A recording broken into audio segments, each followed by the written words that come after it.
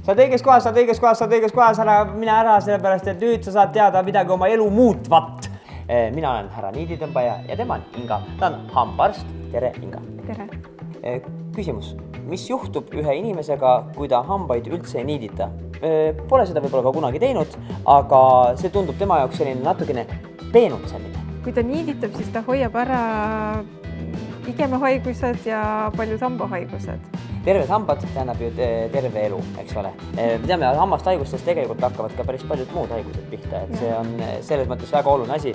Meil on väga palju erinevaid vahepuhastamise variante siin laua peal, räägime korraks neist ka. Et kõige levinud ilmselt, mida kõik teavad, on hambaniit. Kui palju siit peaks seda niiti nüüd võtma, et oleks õige? No ikka, et mugav oleks umbes 40 senti. Tuleb kerida kolmandatele sõrmedele, et see mugavalt oleks nimetissõrme ja pöidla vahel ja siis libistada hamba vahes igeme alla natuke ja ümber hambad seekujuliselt ja tõmmata välja. Et siis nagu sa tõmbad sealt igeme vahelt ja hamba külje puhtaks ja siis teiselt poolt samamoodi tagasi.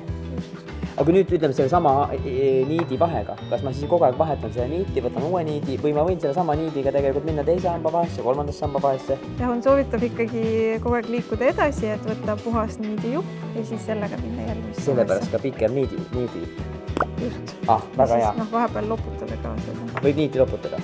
Selge. Aga siis meil on siin olemas ka sellised hambavahe puhastamise asjad. Need on niidile alternatiiviks või nendele, kellel on suuremad hambavahed. Need on eri suuruses, on ka hästi väikseid, mis asendavad niiti.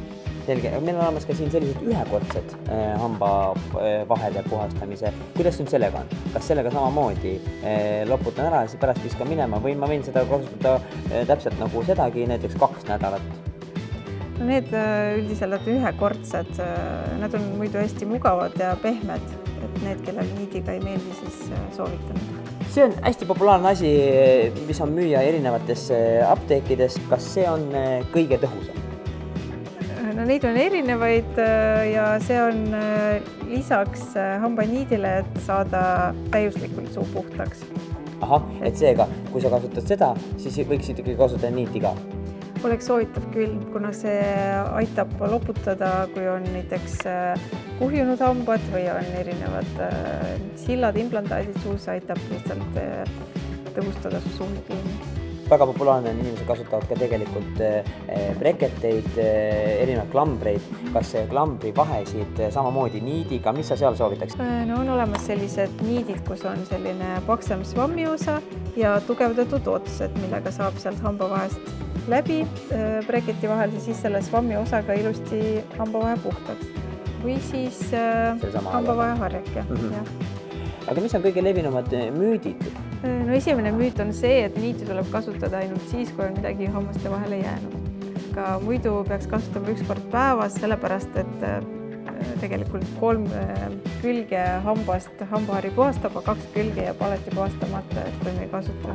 Jah, et ärge kasutage niiti ainult jaanipäeval, kui te olete söönud ohtralt kilode 5 liha, vaid kasutage niiti millal? 1 kord päevas õhtul soovitavalt enne hammaste puhastamist. Kas hambaid saab üldse üle niiditada? No kui sa õigesti kasutad niiti, siis ei saa üle niiditada, et kas või iga toidukorra järel. Aga muidugi, kui sa teed seda liiga energiliselt, jõuliselt, siis kindlasti saab vigastada ka. Näiteks laste puhul, kas niiditamine on vajalik? Seepärast, et tal on suus võib-olla piimahambad ja kui need ära tulevad, siis mis ma üldse niiditasin? Kindlasti on vaja hambaid pesta harjaga ja niiditada laste eas juba ka, aga tihtipeale seda teevad nende eest vanemad, sest lapse käelist oskused ei ole veel nii head. Keskealised inimesed, kes on lapsevanemad, võiksid puhastada lapsele hambaid ja ühtlasi ka ise olla eeskuju niiditamisel. Ja siis on meil nüüd vanemad inimesed, kel võib-olla näiteks ei ole päris enam oma hambad suus.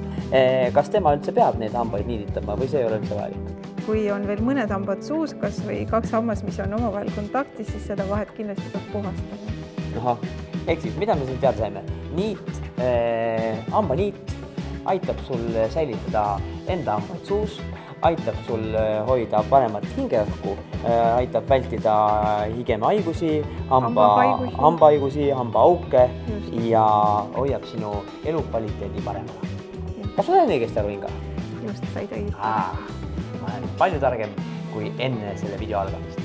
Sina oled ka palju targem kui enne selle video algamist. Ja nüüd jaga seda videot oma sõpradele või näita oma vanematele, kes täpselt ei tea, mis niiditamine on, või näita oma vanevanematele, kes veel saavad midagi niiditada või vaata ise iga õhtu, kui sa niiditad.